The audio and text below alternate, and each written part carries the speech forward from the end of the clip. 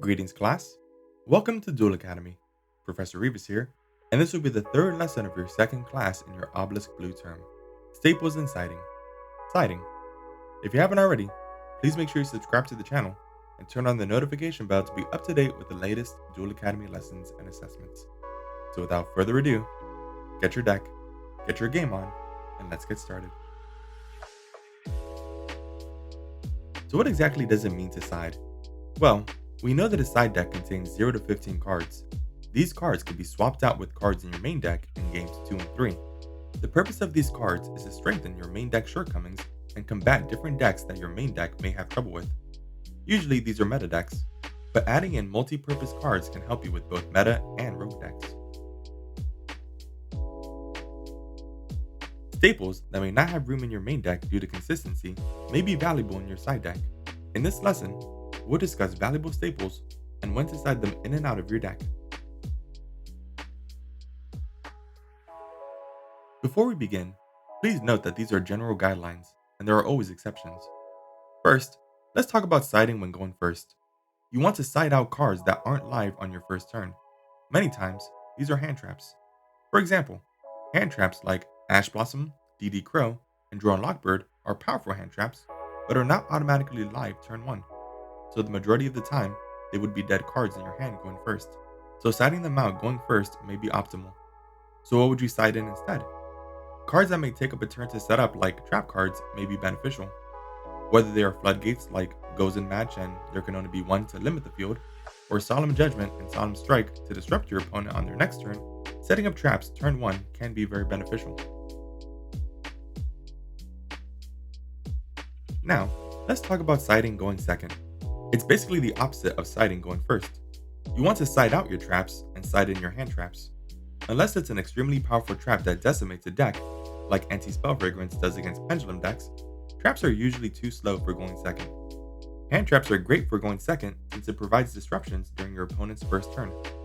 Since your opponent is going to spend their first turn setting up their strongest board, preventing them from searching with a card like Ash Blossom and Droll and Lockbird can be detrimental to their plays, as well as negating their monster effects with cards like Effect Veiler or Infinite Impermanence can shut down their turn in an instant. Next, let's talk about siding going into time. One must remember that if time runs out in a round, the duelist with the most life points wins the duel. Therefore, you may want to side out cards that have a life point cost, such as Solemn Judgment, and cards that allow your opponent to gain life points, such as Upstart Goblin. These cards will put you at a lower life point count, which means if the time runs out, you'll automatically lose. Instead, you can try siding cards that may burn your opponent's life points easily, such as Chain Strike or Poison of the Old Man. If you have room in your extra deck, it wouldn't be a bad idea to have the card Gaga Cowboy in there. This is a generic rank 4 Xyz monster that can burn your opponent for 800 per detach once per turn.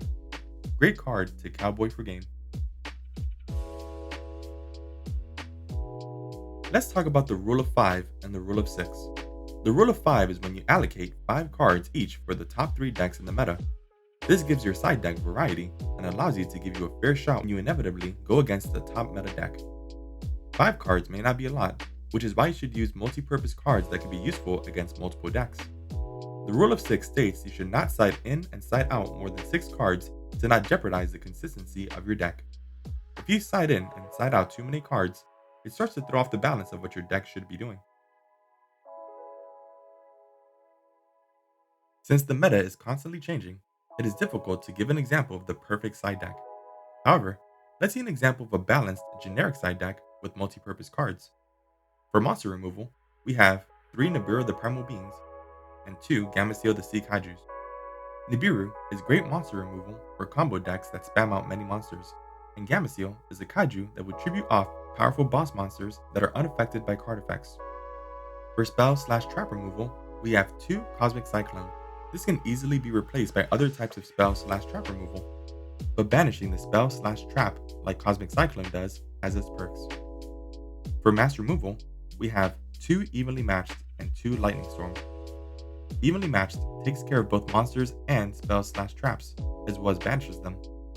And Lightning Storm is like both Raigeki and Harpy's Feather Duster in one.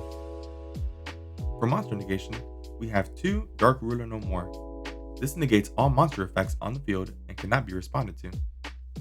Finally, for stopping graveyard effects, we have 2 Dimension Shifter. Since many decks nowadays have many effects that go off in the graveyard, a card like Dimension Shifter sends the cards that would go to the graveyard to be banished instead.